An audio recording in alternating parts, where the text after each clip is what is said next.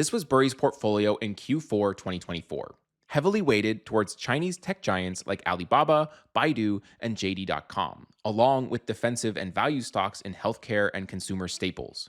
And this is his stock portfolio now. That's right. Burry sold everything he owned and doubled his stake in cosmetics giant Estee Lauder from 100,000 to 200,000 shares, worth $13.2 million. And it now makes up 100% of his portfolio. This isn't the only way he's spending money. We'll come back to that later. But this obviously marks a dramatic strategic shift for Burry.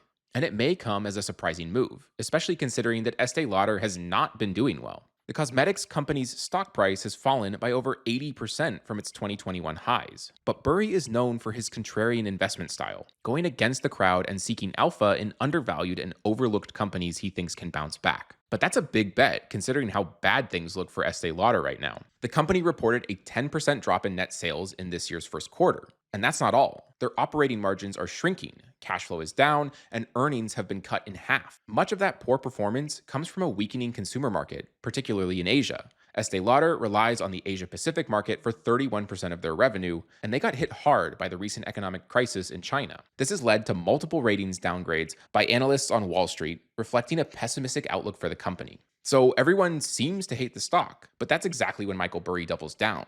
This is his style of investing. He's a value investor, taking after the likes of Warren Buffett, looking for undervalued companies with strong fundamentals. And that often requires looking for companies that are scoffed at by other investors. Burry has done this before. Just look at GameStop. The video game retailer was deeply out of favor with investors for years, struggling with declining physical game sales and fears of obsolescence. Many viewed it as a dying retailer in the age of digital gaming. Starting around 2019, Michael Burry bought a significant stake in GameStop, seeing value in its assets and potential for a turnaround that the market was ignoring. His investment gained huge attention during the famous short squeeze in early 2021, when GameStop's stock price skyrocketed from under $5 in 2019 to an intraday high of nearly $500 in January 2021.